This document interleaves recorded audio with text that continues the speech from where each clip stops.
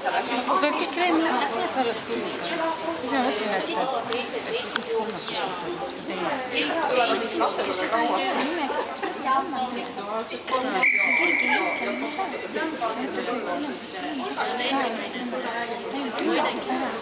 Seda ei ole nimekirjas. Keegi ei